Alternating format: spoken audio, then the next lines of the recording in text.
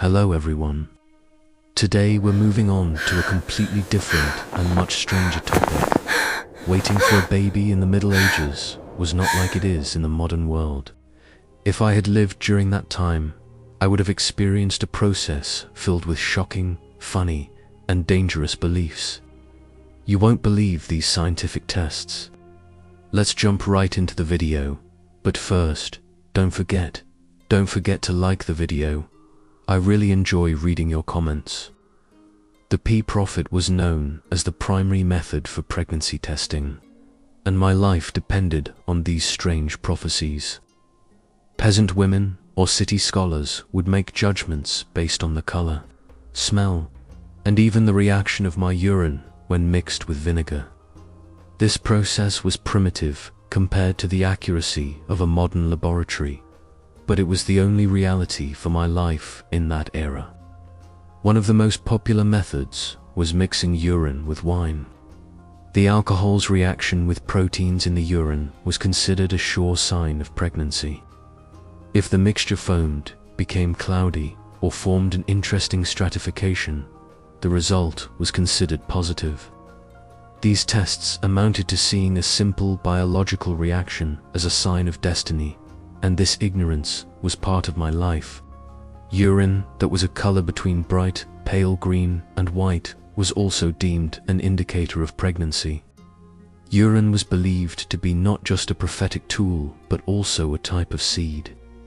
Because of this belief, I had to pour it onto a field or into specially prepared sacks and examine the growth rate of barley and wheat. If the barley sprouted faster than the wheat, there was a firm conviction that the expected baby would be male. The opposite signified a girl. My life was determined by the result of a simple agricultural experiment. How quickly the wheat or barley sprouted was used not only for pregnancy detection, but also to determine the baby's gender. This test required patience and hope, as results took days or even weeks to appear. Although these tests had no scientific basis for my life at that time, the results were presented to me with great seriousness, casting my journey into motherhood completely under the shadow of superstition. The interesting thing about this test is that even today's science has some findings suggesting that pregnant women's urine, due to high hormone levels, is more likely to sprout seeds. Another strange method for detecting pregnancy was to insert a bow or ribbon vaginally. This ribbon was then removed and burned. The smell and quality of the smoke even gave clues about the baby's gender. If the smoke smelled sweet or pleasant, it signified a girl. If the odor was sharper and manlier, a male baby was expected. The idea behind this test was that the smoke emanating from the womb carried the essence of the life within, and this essence was reflected externally through the quality of the smell. This entire process was completely dependent on the interpretations of the midwife and other women, utterly disregarding my privacy and body.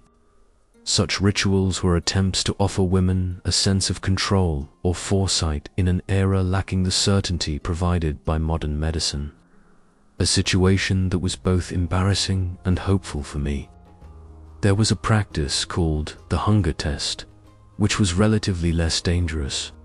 If I woke up in the morning and felt intense hunger, an appetite that was unusually strong and almost unbearable, this was interpreted as a sign of my womb being full. In the Middle Ages, it was believed that a large part of my body's energy was diverted to nourish the new life in the womb. Thus, hunger was not a simple result of eating for two, but a mystical evidence that something was being drawn from me. This hunger test simply relied on a woman listening to her own body and was less invasive than other tests. However, this state of intense hunger was also a source of anxiety for me. My rumbling stomach and constant desire to eat were continuously observed and interpreted by those around me. This test showed how public my life was during a time when even the simplest signals sent by my body were transformed into a prophecy. in the eyes of society. The pickle-eating chicken belief was so widespread it ceased to be funny and became a ritual. If I was suspected of being pregnant, I had to specially feed a chicken pickles or excessively salty foods. According to the belief, if the chicken ate these salty foods with gusto, it was a sign that I was experiencing the same intensity of cravings. Otherwise, the result was negative. The reasoning behind this test was completely absurd, but it demonstrated the power of superstition over my life during that period of the Middle Ages. The attempt to draw a connection between an animal's physiology and my hormonal changes indicated how desperate the medical knowledge of the era had become. While feeding that chicken, I struggled not to laugh, yet carried a deep anxiety about what the outcome would be. Ultimately, my life at that time depended on a chicken's appetite, and this was one of the strangest memories from that entire dark period. Protecting babies in the womb from evil was considered as important as medical knowledge, or even more so. Therefore, I was forced to constantly carry red threads, amulets, animal teeth, and sometimes dried plant roots on my person.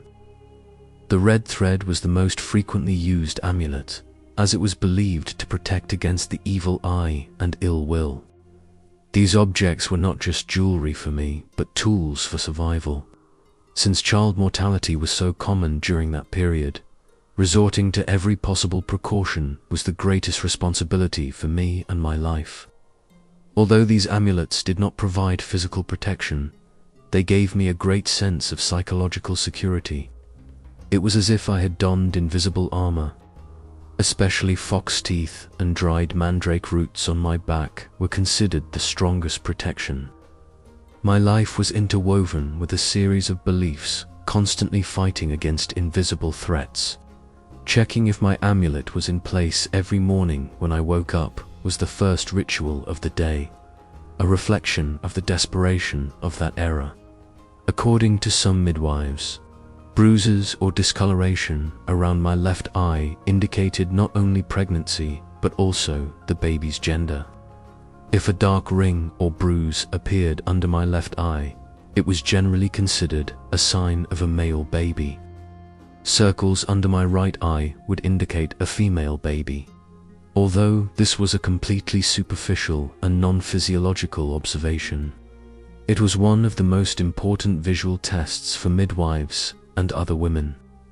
Throughout my life, people constantly sought such physical signs, as early gender prediction was of great importance for the family's future and social status.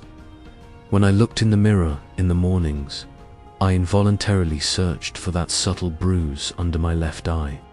According to the beliefs of that time, if my face became darkened and spotted, it indicated a difficult pregnancy, whereas remaining bright and vibrant suggested an easy delivery. In short, my entire body, even the color of my face, was a public divination board, and this affected every moment of my life. If my abdominal pain increased at night, this was an evil sign that the baby's soul was trying to escape. This could indicate a miscarriage or death. Because of this, I had to sleep while reciting prayers, whispering sacred words even while asleep. The slightest pang I felt upon waking up at midnight immediately compelled me to repeat my prayers. In the Middle Ages, every moment of pregnancy was considered a battle between good and evil spirits, and night was when evil was strongest.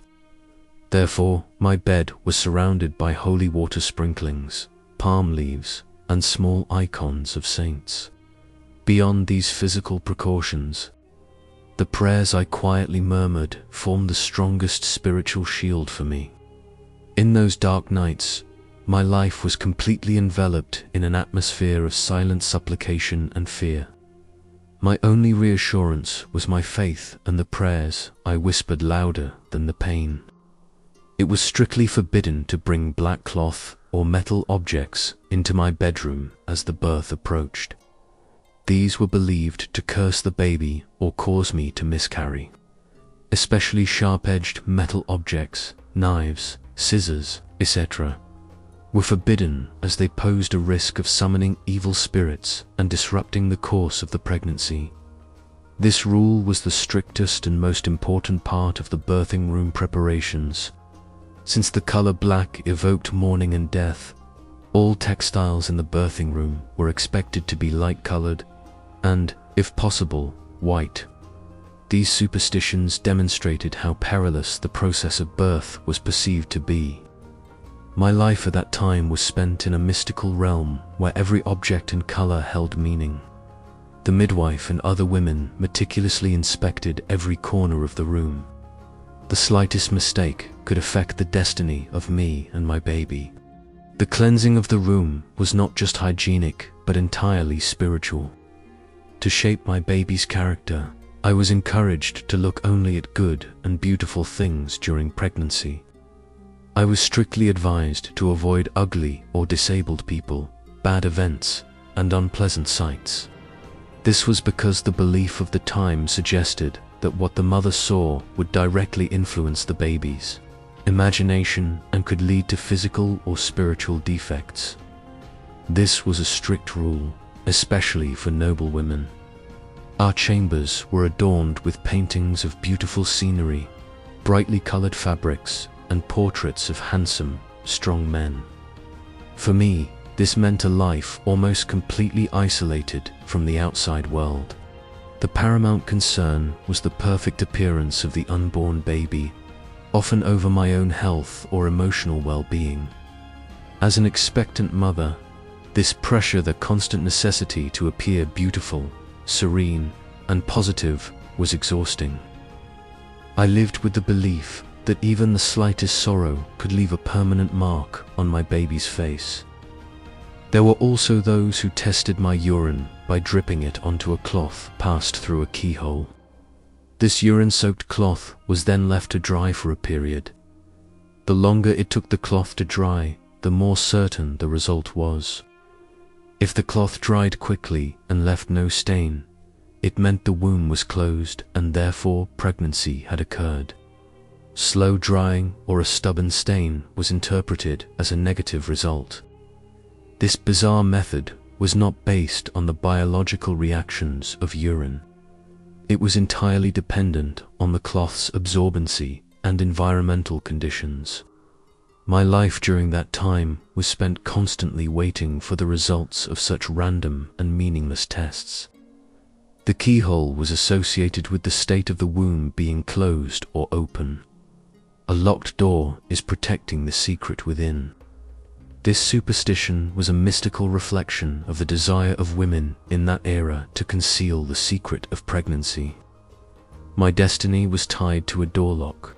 If I had severe gas pain in my stomach or was experiencing digestive issues, it was believed this meant the womb was rejecting the baby. This fear filled my life with anxiety, even over the simplest physiological responses.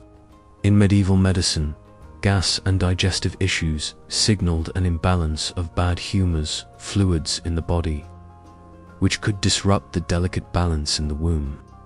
Therefore, even the slightest bloating or indigestion gave me the feeling that something was wrong inside, that my baby was about to abandon me.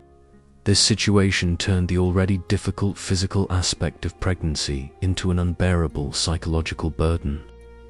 I had to secretly monitor my digestion after every meal, as even a gas pain could be interpreted as a prophecy. The idea of the womb rejecting the baby reflected the fragile belief system about motherhood of the era. The simple reactions of my internal organs triggered the greatest fear of my life. Wearing protective sashes made of animal skins was mandatory. A fox skin sash was the most favored. It was believed to tightly seal the cervix and protect the baby from witches, fairies, or sudden illnesses. Because the fox skin was a symbol of wit and cunning, it was believed that this power would also be transferred to the baby. These sashes were not just an item of clothing for me, but also a spiritual armor. My life was constantly surrounded by the need for protection against invisible threats. The amulets, prayers, and sometimes Christian symbols on these sashes demonstrated how superstition and religion intertwined. Such sashes were also used to protect the baby in the womb from external forces, especially jinn and malevolent fairies. The loosening or tearing of the sash was seen as a bad omen and had to be replaced immediately with a new ritual. My extreme craving for sweet or sour foods in the early stage of my pregnancy was viewed as a sure sign predicting the baby's gender. If I constantly craved sour, salty, or tart things, pickles, vinegar, brine, this was strong evidence of a male baby in my womb. Conversely, if I had an irresistible desire for sweets, honey, and fruits, this was the definite sign of a girl. According to the belief of the time, male babies drew more strong and sharp essences from the mother, leading the mother to crave sour and sharp tastes. My life was spent in an era where a woman's simple cravings became a source of prophecy for society. These simple food preferences gave clues about my family's future and social status. It was almost impossible for me to hide my cravings, which further increased the pressure on me. Sometimes, simply because a male baby was desired, I even had to conceal my sweet cravings. There was one more test: putting my urine in a bucket and throwing a live frog into it. The frog's reaction, jumping, sinking, or dying, determined my destiny. If the frog immediately jumped and tried to get out of the water, this was a strong sign of pregnancy. The frog remaining motionless or sinking was generally interpreted as a negative result. The reasoning behind this test was the belief that the frog, as a cold-blooded animal, would sense the life heat or vitality in my body. This was a cruel and utterly irrational method applied to animals, but desperation justified everything at the time. My life sometimes required an animal to suffer for even the smallest glimmer of hope. The fear and disgust I felt while watching the frog's fate showed how barbaric the medical practices of that era were. Looking into that bucket meant a moment of mixed hope and horror for me. Ultimately, my condition was dependent on the movements of a poor frog. I was required to hold a sacred stone or metal object to ease the labor pains. These objects acted not as medical tools, but as spiritual lifesavers in my life. Specifically, natural stones like agate or jade were believed to possess properties that soothed uterine contractions and warded off evil spirits. Clenching these stones tightly in my palm provided me with not only physical but also spiritual support. When labor pains began, in the absence of a modern painkiller, this cold stone in my hand was my only comfort. These rituals demonstrated how painful and deadly the birth process was perceived to be, and how desperate women were. The hard and smooth texture of that stone reminded me of my own strength. It felt as if that sacred power was flowing into me. My life, in those moments, depended solely on my faith and that ancient stone between my hands. This was the greatest truth of that era. Even my husband had strange roles. He had to draw a circle of protection around the bed with a knife while I slept, to ward off evil from the baby. This ritual created a spiritual barricade that closed off our bed and us inside it from the reach of evil spirits. The knife used to draw this circle had to be blessed or subjected to a special ritual. Knowing that my husband was quietly drawing this circle gave me a sense of security, even in my sleep. My life was protected not only by my own efforts, but also by my husband's commitment to such superstitious rituals. This practice transformed the man's role from a mere physical protector to a spiritual guardian. Even with my eyes closed, I could feel the imaginary line that knife traced on the wooden floor, and I believed I was safe within that circle. This demonstrated how interwoven the marital bonds and responsibilities of that era were with mystical elements. Sometimes I was fed salty bread for a pregnancy test. This was known as the thirst test. If my thirst was unbearably intense when I woke up at night, this was a critical sign indicating whether or not I was pregnant. Although this was a simple physiological reaction of my body to a high amount of salty food, at the time, this test was accepted as definitive proof of pregnancy, especially in cases where urine tests failed. This test was applied as a last resort. If my thirst was far greater than usual, it was believed that a new life was growing feverishly inside me and drawing all my fluids. After eating that unbearably salty bread all night, I was forced to wake up burning with thirst. The result of this test was noted with great seriousness, and my thirst at that moment was recorded as one of the most crucial moments of my life. The newborn baby's first cry contained prophecies about its future. If the cry was weak, faint, and intermittent, it was believed their life would be short and their health poor.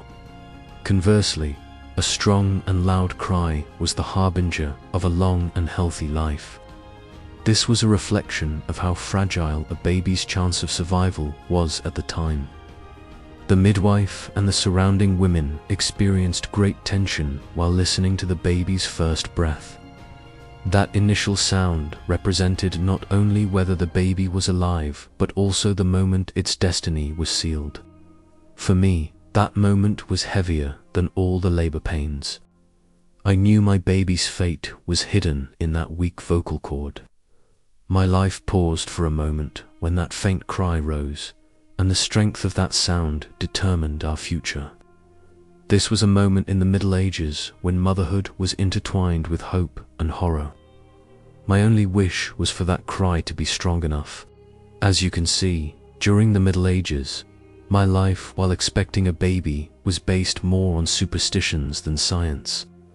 I understand how difficult this process was compared to modern conveniences. Urine tests pale in comparison. Having to feed a chicken pickles for a pregnancy test sums up the absurdity of that era. If you enjoyed this strange journey through history, don't forget to subscribe so you don't miss out on the future stories of my life.